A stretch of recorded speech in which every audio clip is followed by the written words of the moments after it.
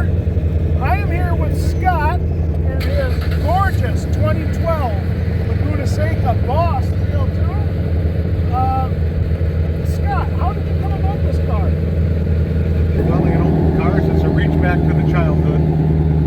My favorite car was the 69 Boss 302. And I was lucky enough to reproduce it. So just a reach back, feels good, it was the right car.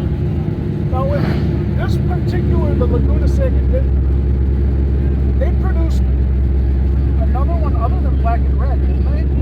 Yeah, they produced some limited quantities of silver and red. Silver and red? And then there was, I believe, a yellow and a blue. But those were very limited numbers. Is this, as far as you know, is this the most popular, the red and black?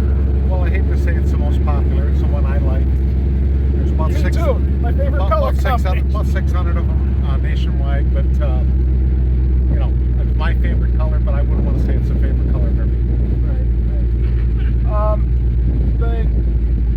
Now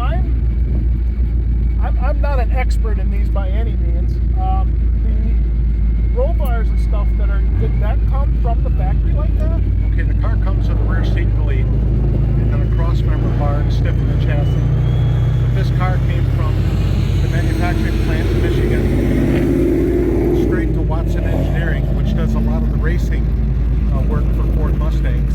They installed the roll cage and then it was shipped down to Austin, Texas. Awesome. So did you buy it from in Austin, Texas? I bought this car from the original owner, 1 year old. And I smiled because he's called me about 7 or 8 times begging to buy the car back. And sorry you sold it, I'm sure. Yeah, it's going to stay with me now. Yep, I don't blame you. Can we get a look under the hood? Oh, sure.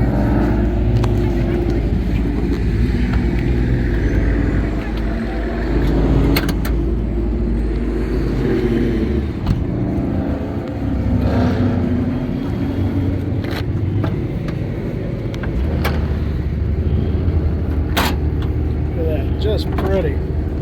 Do you race this car at all, or is this pretty much just a show car, or just a fun car to drive, or?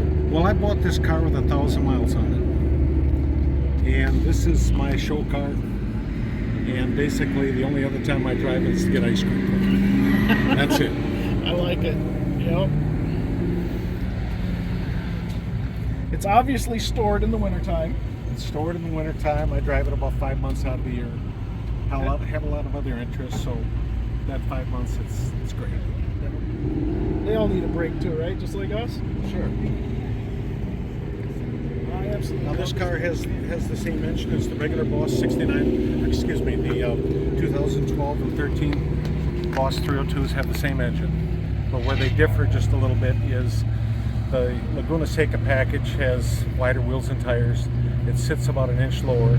It has a different springs, different shocks, different sway bars. And it has what they call a torsion differential for racing. The Laguna Seca seats, a different splitter on the front that you can see, and a different wing on the back. Okay. Yeah, that splitter that's about the size of my dinner table. It's pretty wide. That's a big one.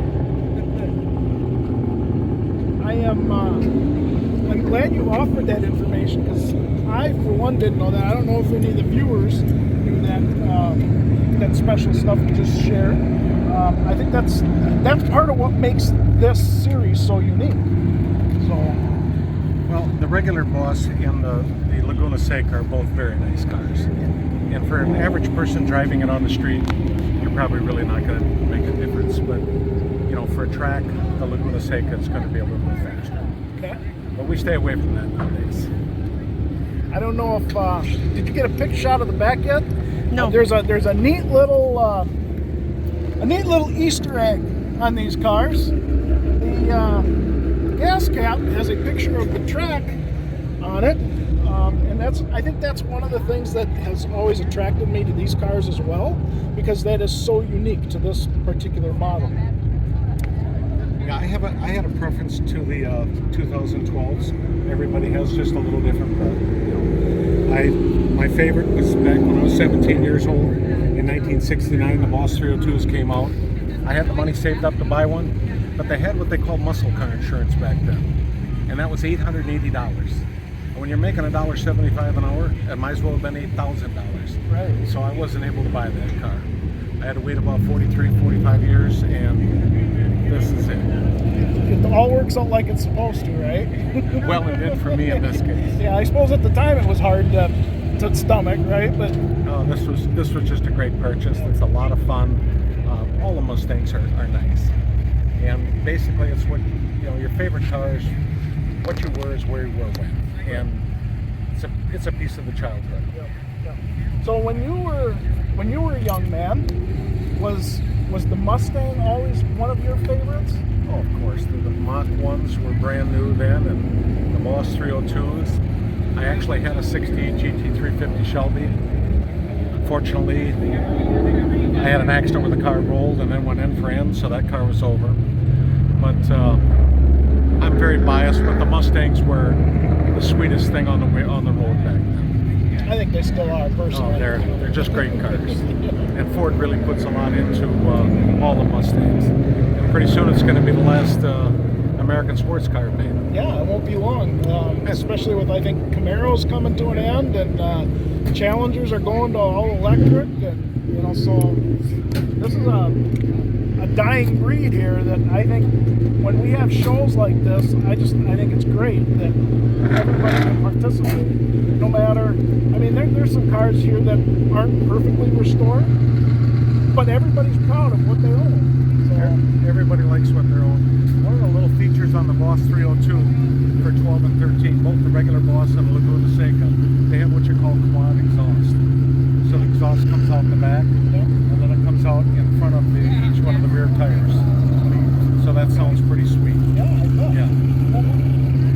Maybe after this car leaves, maybe Scott will treat us to a exhaust sound if he'll start it up for us. There's nothing better than the sound of a high-performance Ford V8. Look at the smile on his face. That tells you everything.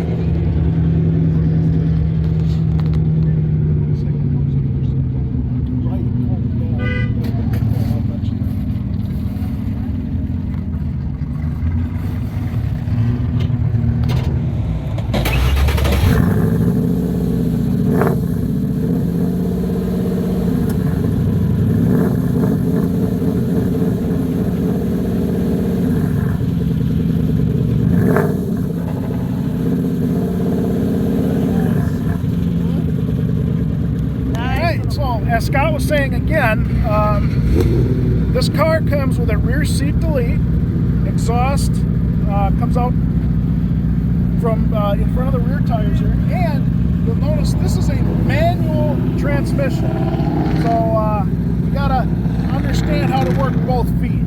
So I want to thank you, Scott, for giving me your time. I appreciate it. I will make sure I send you the video, and Thanks for coming up this year. oh, thank you for coming out. And I hope I see you again someday. Absolutely. All right, take care, buddy.